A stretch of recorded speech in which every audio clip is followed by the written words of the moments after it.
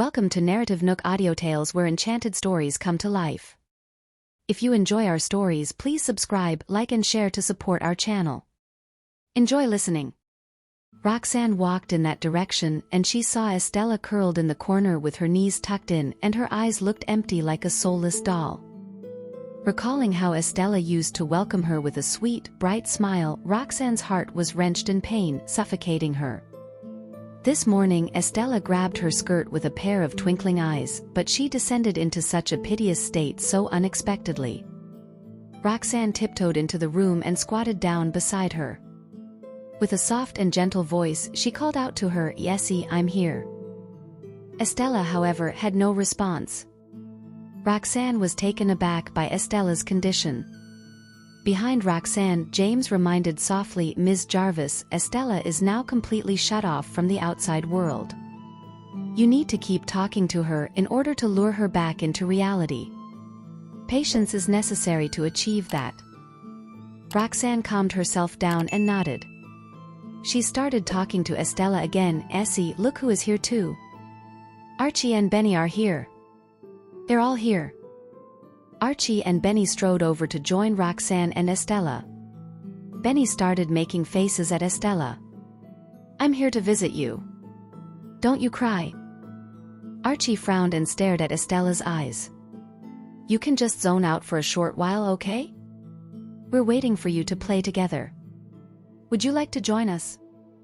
Previously, when they said this, Estella would burst into laughter. However, this time Estella did not respond. She sat motionlessly on the same spot and did not even lift a finger. The smile on Benny's face slowly faded and it quickly turned into a frown. "Hey, we're talking to you. Are you unhappy that you're going to school? Archie and I are joining you soon. We can bring you anywhere that you want and we can do everything together. Doesn't that sound nice?" With a sullen expression, Archie threatened, "If you don't talk to us, we don't want to play with you anymore." Be that as it may, Estella still did not respond. Archie and Benny took a deep breath and changed their methods. Instead of anticipating a response, they started babbling incessantly about all sorts of topics, even mentioning what happened at Universe Park. They also promised to bring her there once she recovered. In spite of their relentless attempts to get her to talk, Estella didn't even blink once. Their eyes started to well up and they used Roxanne's sleeves to wipe their tears. "Mommy, Essie doesn't seem to be able to hear us. What should we do?" Their voices started to break. Roxanne's eyes were also slightly red. She kept her composure and patted Archie and Benny on the head. "Essie will surely recover.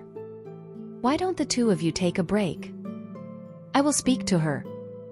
Archie and Benny struggled to resist crying, at least not in front of Estella. Quietly they retreated behind Roxanne.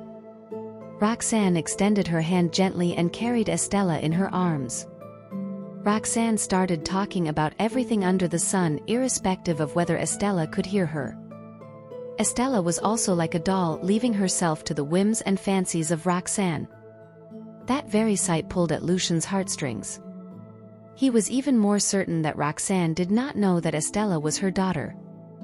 Otherwise, Roxanne would not have treated Estella that kindly, given that she purportedly abandoned her own daughter. What went wrong?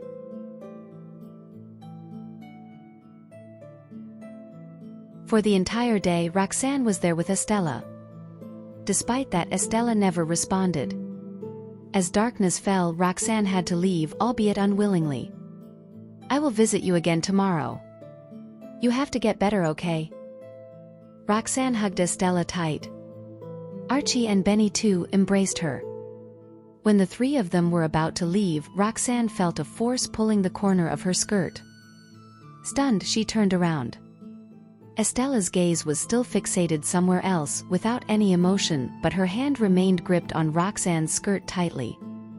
At the door, Lucian and James exchanged glances, shocked.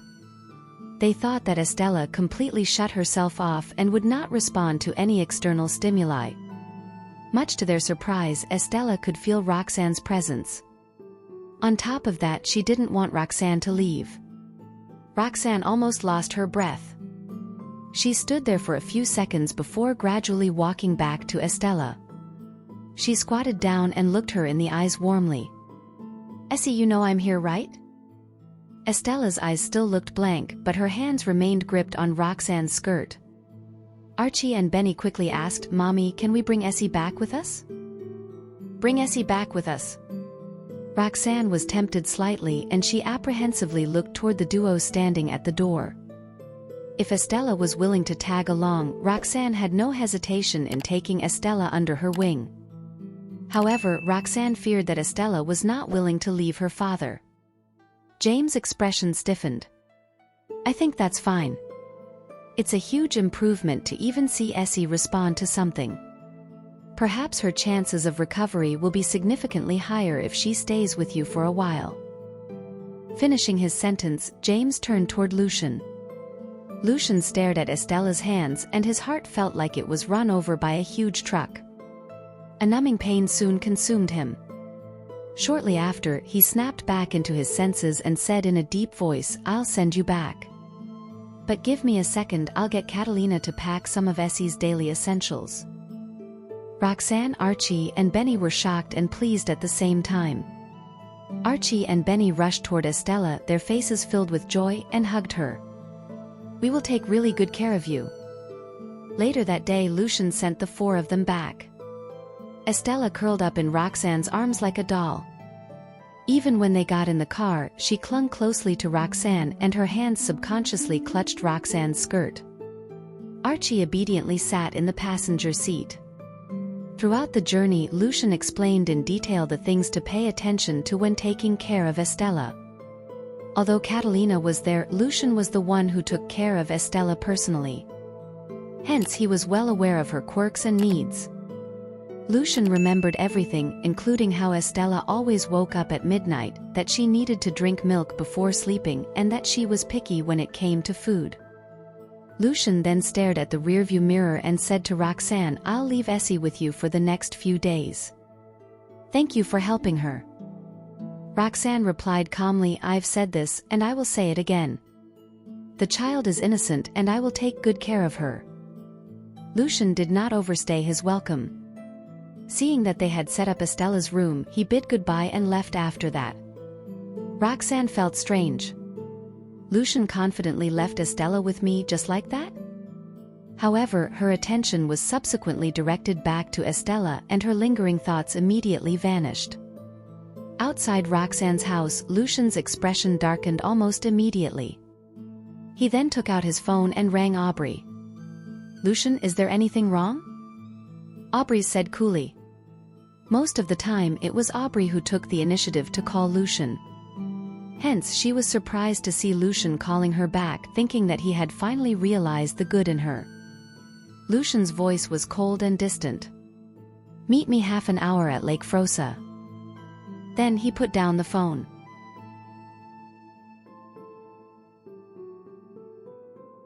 Aubrey tensed up when she heard Lucian's tone, and whatever hope she had earlier was gone in an instant.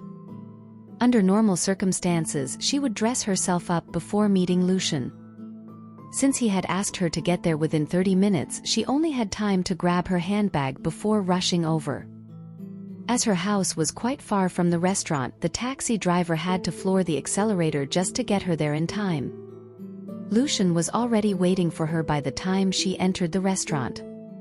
He looked up from his seat next to the window when he heard the door open, the look in his eyes colder than the night outside. "What is it, Lucian?" Aubrey asked with a guilty look on her face while sitting down in front of him. Lucian was exuding a terrifying aura as he glared at her in silence. Aubrey clenched her fists out of nervousness but made sure to maintain a calm smile on her face. "You dropped Essie off today morning?" Lucian asked all of a sudden. Aubrey nodded profusely. "Yeah. Mrs. Farwell asked me to help out, so I did." Lucian let out a cold snort upon hearing that. "Did my mother also ask you to see the head of the kindergarten and expel the 2 kids in the name of Farwell Group?" Aubrey went pale instantly as she wasn't expecting him to find out so soon. After brainstorming for a few seconds, she came up with an excuse and said, I saw those two kids bullying Essie when I dropped her off, so I got mad and confronted the head of the kindergarten. She then looked up at Lucian nervously as she continued, I just couldn't stand seeing them bully Essie. Lucian. I'm sure you understand, right? Lucian arched an eyebrow at her in response. I do, but I would also like to know where that alleged bullying took place. At the entrance of the kindergarten, Aubrey replied with a trembling voice. The look in Lucian's eyes grew increasingly colder. All right, I'll have someone check the surveillance camera footage. I'll let this slide if it is proven to be true. However, I got it wrong. Aubrey cut him off anxiously when she heard him mention the surveillance camera footage. It didn't take place at the kindergarten. It was at... She kept stammering and stuttering as she tried to think of something, but nothing came to mind. Lucian glared coldly at her until his patience eventually ran out. I won't question how many more times you've abused Farwell Group's name for your own benefit. However, your actions today have triggered Essie's autism. I will not show you any mercy if anything happens to her. Aubrey felt a shiver down her spine when she looked up and met his gaze. She had no reason to doubt the veracity of his words at all. Lucian then shot her another cold glance before getting up from his chair. Lucian! Aubrey called out to him when she saw him leaving. Lucian turned around and asked with an expressionless look on his face, what more do you have to say for yourself? You'd better give me a convincing explanation. Aubrey's lips trembled, but she eventually lowered her head in silence. It doesn't matter what I say. My lies will be exposed once Lucian checks the kindergarten surveillance camera footage. By the time she looked up again, Lucian was nowhere in sight. The look of fear in Aubrey's eyes slowly turned to anger and hatred. Damn it! How did things turn out like this? Lucian found out about what I did, and it's all because of that little batch. She's such a pain in the neck. I should have just killed her this morning. Roxanne went to make dinner after instructing her two kids to look after Estella. She had noted down all the important points that Lucian mentioned earlier, and she also made sure to prepare the food according to Estella's preferences. When dinner was ready, Roxanne had Archie and Benny bring Estella downstairs. Like princes and princesses in fairy tales, the two boys each held one of Estella's hands as they went down the stairs at her pace. Seeing the three of them like that filled Roxanne's heart with warmth, but the thought of Estella's current condition brought a sympathetic frown to her face. Archie and Benny then let Estella sit next to Roxanne at the dinner table while they sat beside her. Roxanne patted them on their heads before taking her seat and feeding Estella. Perhaps because the food was prepared according to her preferences, Estella was able to finish everything without any issues. After dinner, Roxanne had Archie and Benny return to their bedroom before bringing Estella into hers for a bath. Estella showed no response whatsoever when Roxanne helped undress her. As the pants came off, Roxanne was greeted by horrifying bruises and welts all over Estella's buttocks. It must have been really painful, huh? Roxanne asked while caressing the little girl's cheeks, feeling sorry for her. Estella simply stared blankly at her in response. Don't worry. I'll make sure to be gentle and we'll give Daddy a call once we're done with your bath. Roxanne continued with a heavy heart after a brief moment of silence. After giving Estella a quick bath and a change of clothes, Roxanne had her wait on the bed while she gave Lucian a call. The call got through within seconds. What's wrong? Did Essie cause you any trouble? Was Essie's autism really triggered by Archie and Benny being expelled? Roxanne asked solemnly. Lucian frowned. What do you mean by that? Roxanne felt her heart ache when she realized he was probably oblivious to what happened, but the thought of him being an irresponsible parent upset her as well. Come have a look yourself, she said in displeasure and hung up immediately after. The look on Lucian's face turned gloomy after hearing that, and he quickly rushed over to Roxanne's house. Mr. Farwell, I'm sure you know where Essie got these wounds from, right? Roxanne asked while pulling Estella's pants down to show him the bruises. Judging by how Lucian's expression grew vicious instantly, Roxanne could confirm that this was news to him as well. What's the meaning of this? Are you seriously unaware of your daughter's injuries? She asked while furrowing her brows. Lucian shook his head. I wouldn't even lay a finger on her, let alone abuse her like this. I've been really busy with work lately, so I had Catalina look after Essie. It's unlikely for her to do such a thing though. Although Roxanne agreed with him on that statement, she had him summon Catalina anyway. In that case, you should try asking her about this. She might know something you don't. Lucian nodded and had Caden drive her over immediately. Do you know anything about these wounds? Catalina had a pained look on her face when she saw the bruises on Estella's body. What happened to her? She was just fine yesterday. Who could have done such a cruel thing to Ms. Estella? The look in Lucian's eyes grew increasingly cold. That means this incident happened today. Realizing that she was the most suspicious individual due to her unresolved conflict with Lucian, Roxanne was quick to explain, just so you know, I didn't do this. I've always believed that children are innocent. Besides, Archie and Benny like Essie a lot, so I would never hit her. Plus, since she had spent some time alone with Estella, she would have no way of explaining herself if Lucian decided to suspect her. Her anxiety got so intense that it even started showing on her face. Lucian shot her a confused glance upon hearing what she said. I'm not suspecting you or anything. In fact, I think I know who did this. Roxanne breathed a sigh of relief before asking worriedly, who could it be? The temperature in the room seemed to decrease as Lucian went into deep thought. Mom and Dad brought Essie out of the house yesterday without explaining why. While their behavior does seem a little strange, I know for a fact that they love Essie very much and that they would never lay a finger on her. The only other person that has been in contact with Essie since last night is Aubrey. I know that Essie has always disliked her, but I didn't think she'd hurt Essie like this. Well? Who is it? Roxanne asked anxiously when she saw his gloomy expression. Lucian tried his best to suppress his anger as he said, I'll be leaving Essie in your care for a bit. There's something I need to take care of. He then turned around and left the house while Roxanne watched on with a displeased frown. As if not knowing about his daughter's injuries wasn't bad enough, he's seriously just going to leave her here after finding out about it? Aubrey was so terrified by Lucian's intimidating aura earlier that she sat there in the restaurant for quite some time before heading back. Even when she got home, her mind was still a mess as she recalled Lucian's questioning from earlier.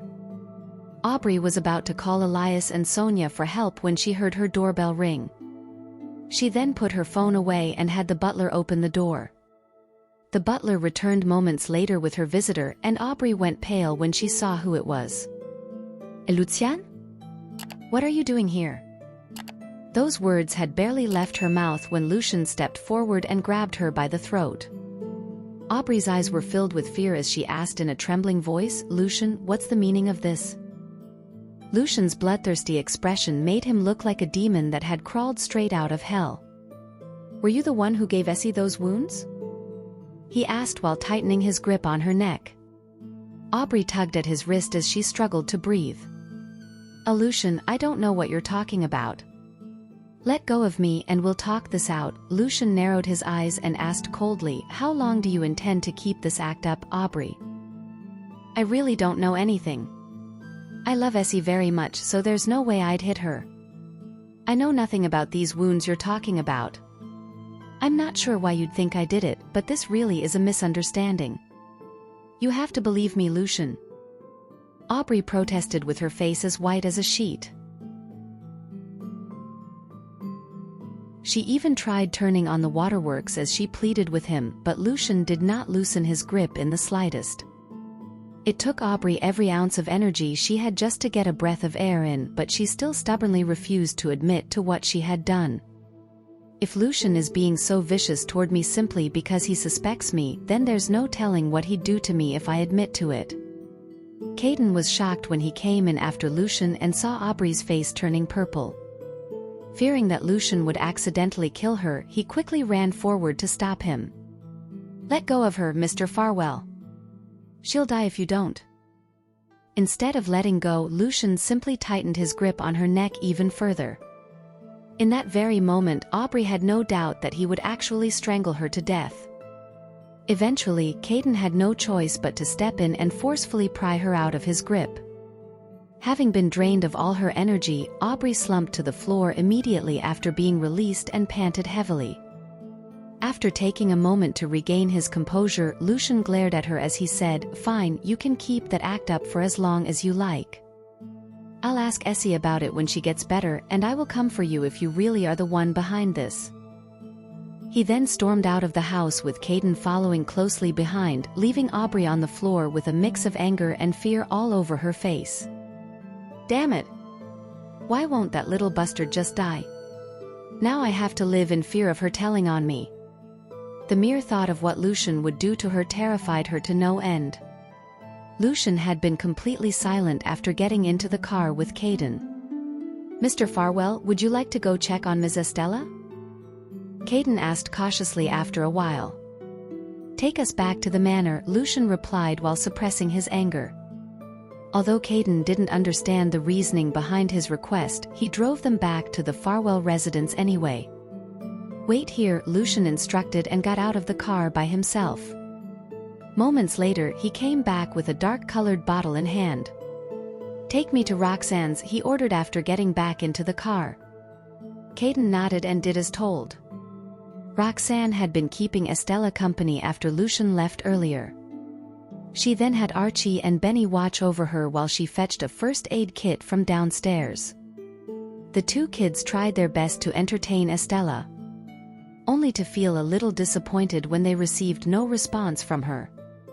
"It'll take some time for Essie to recover, so we must be patient," Roxanne said while patting them on the head.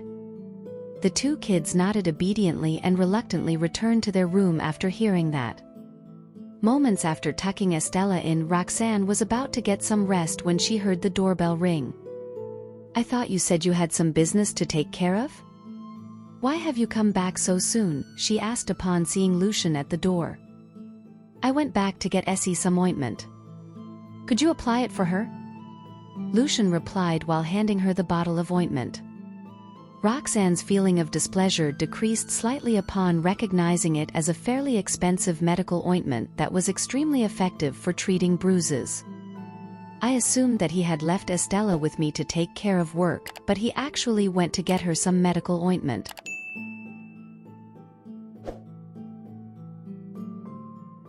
With that in mind, Roxanne nodded and led him upstairs. As Estella had already fallen asleep, the room was only illuminated by a night lamp at the time. Afraid that she would wake her up, Roxanne made sure to be extra careful and gentle. While standing by the door with his hands in his pockets, Lucian shifted his gaze from Estella to the decoration in the room.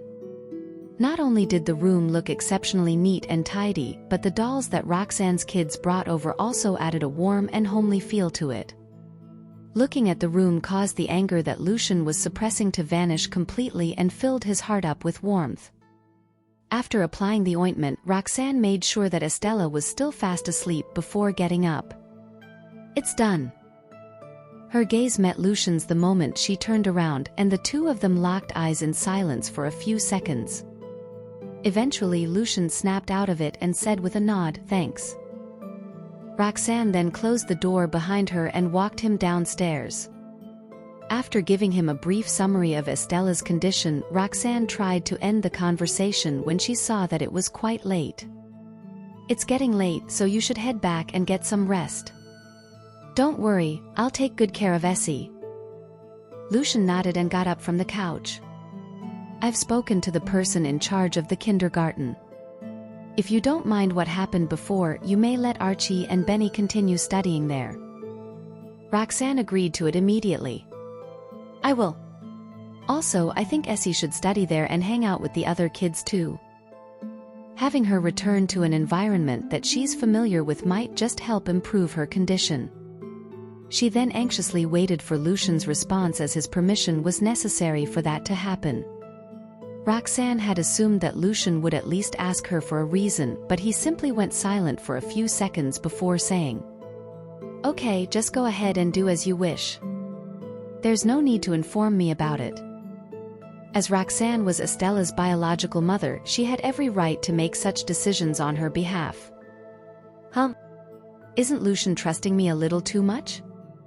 On second thought, maybe it's just because he loves Essie deeply.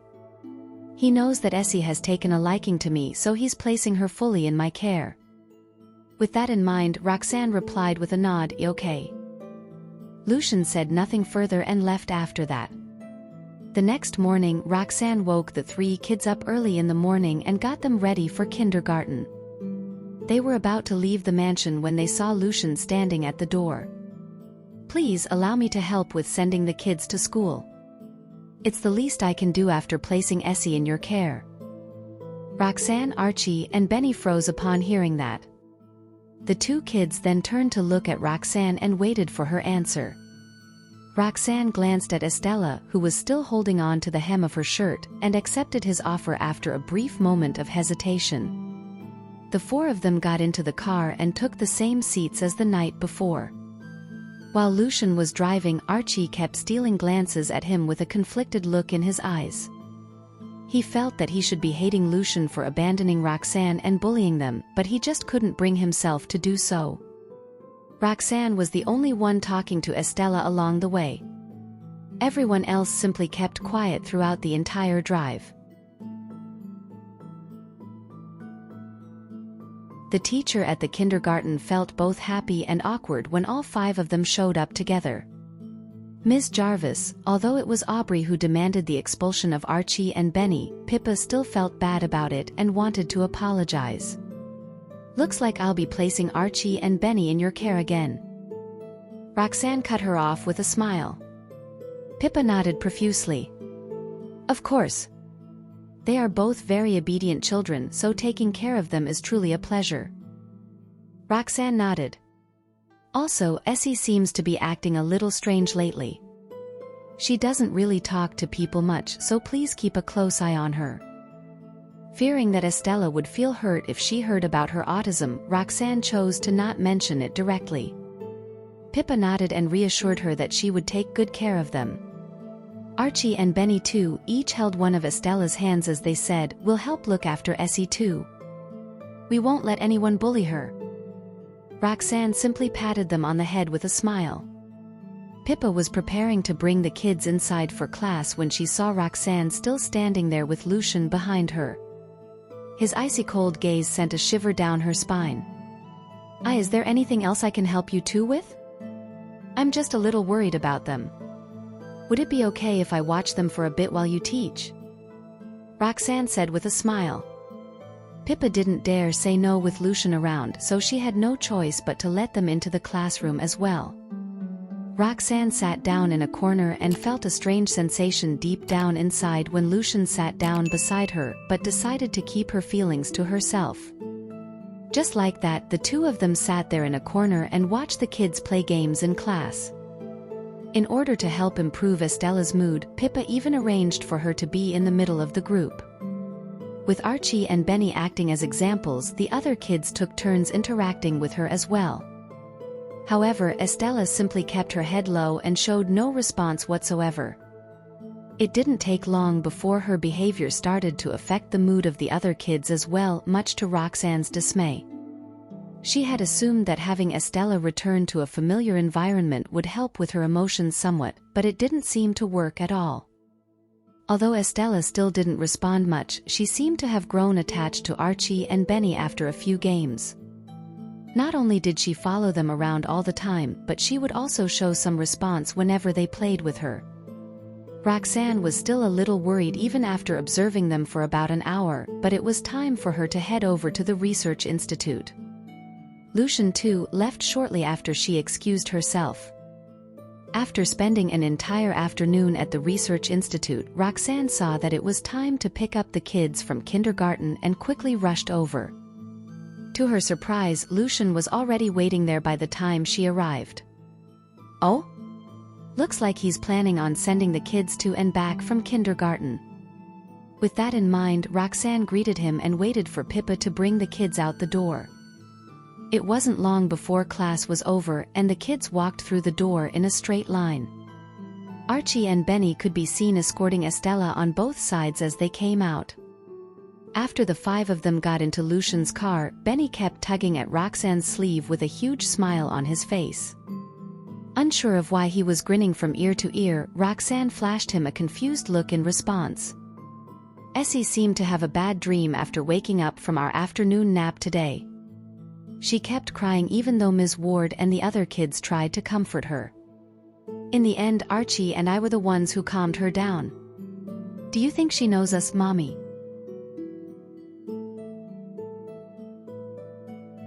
Roxanne had felt the same way earlier that morning, so hearing about it filled her heart with a warm sensation.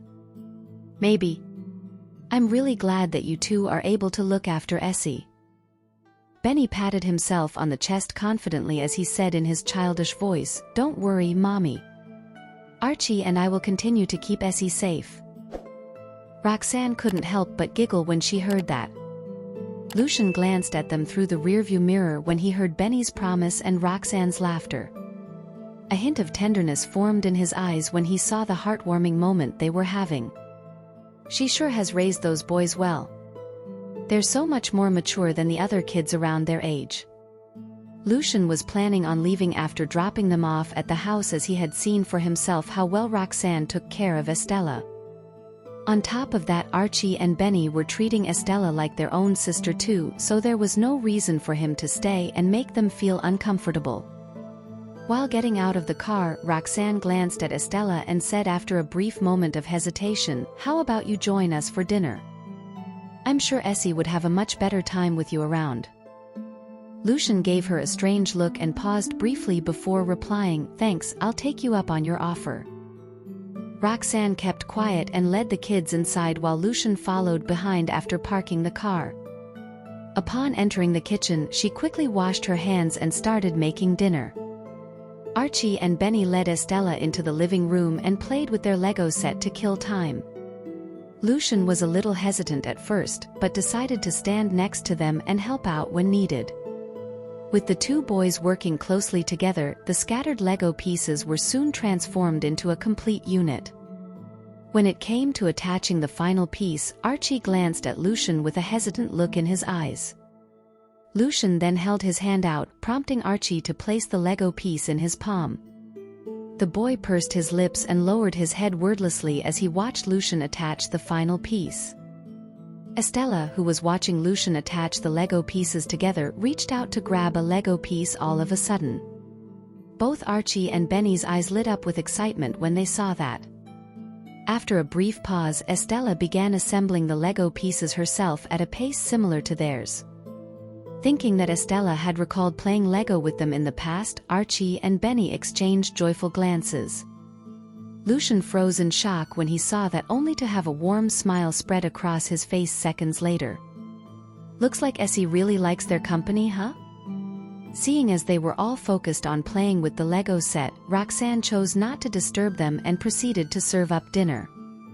She had just stepped out of the kitchen when her elbow bumped into the door frame, causing her to drop the bowl of soup onto the floor.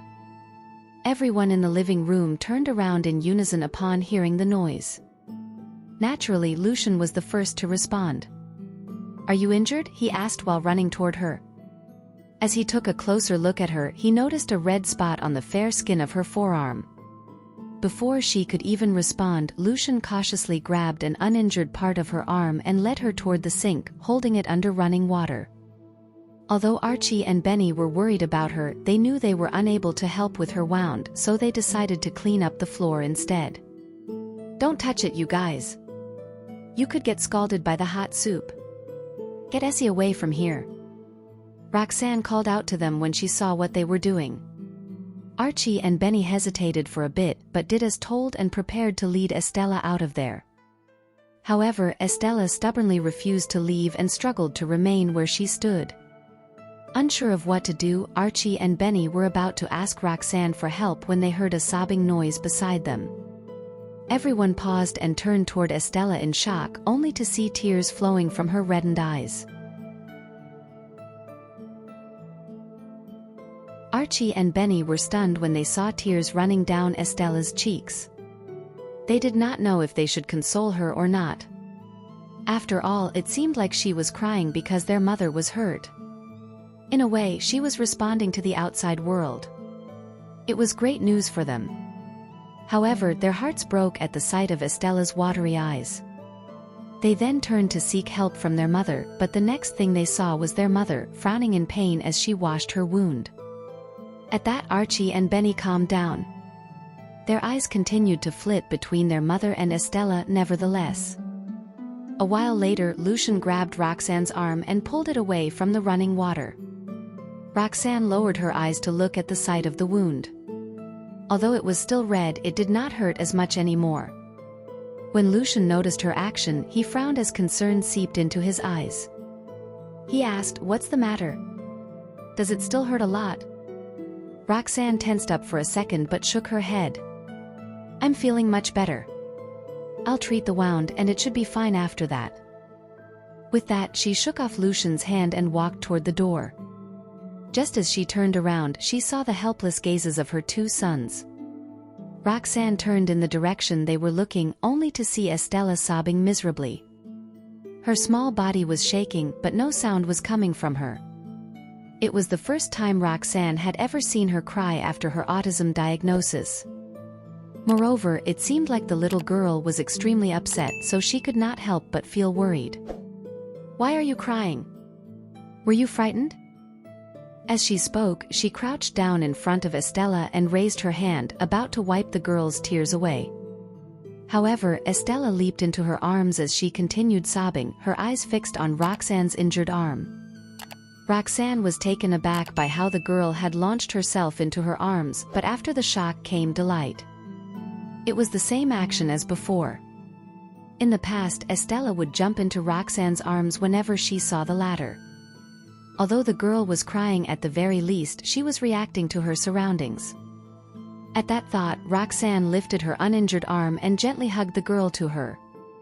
At the same time, she tentatively asked, "Essie, have you recovered? Do you know who I am now?" The girl gave her a slight nod, but she continued to sniffle. At that, Archie's and Benny's eyes lit up. They then walked over to Estella and pointed at themselves. "Then do you know who we are?" However, Estella's gaze was fixed on Roxanne's injured arm. She did not look at them at all. The boys were disappointed. Sensing their emotions, Roxanne raised her hand to ruffle Estella's hair and softly said, "The boys are here too. Do you see them? They've been taking care of you the past 2 days." It was then Estella slowly lifted her head out from Roxanne's embrace and glanced at the two boys in front of her. She then gave a small incline of her head before turning to look at Roxanne again. "Mommy, she sees that you're hurt and she's worried about you," Archie explained. Hearing that, Roxanne could not help but freeze. She then looked at the spot Estella was looking at and realized that, indeed, the girl was staring at her injured arm. Upon the revelation, Roxanne's heart softened. She thought that they would have to put in much more time and effort to have Estella recover. Yet, the girl had walked out of her own world just because Roxanne was hurt. "I'm fine. Don't worry about me." Roxanne showed her arm to Estella by lifting it. After staring at it for a few seconds, Estella then carefully blew on the wound.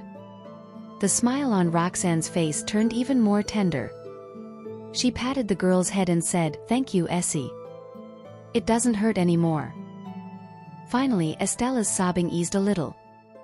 "I'm a doctor and I'm pretty good at my job. This wound is nothing. It'll recover quickly once I treat it. Why don't you come with me?"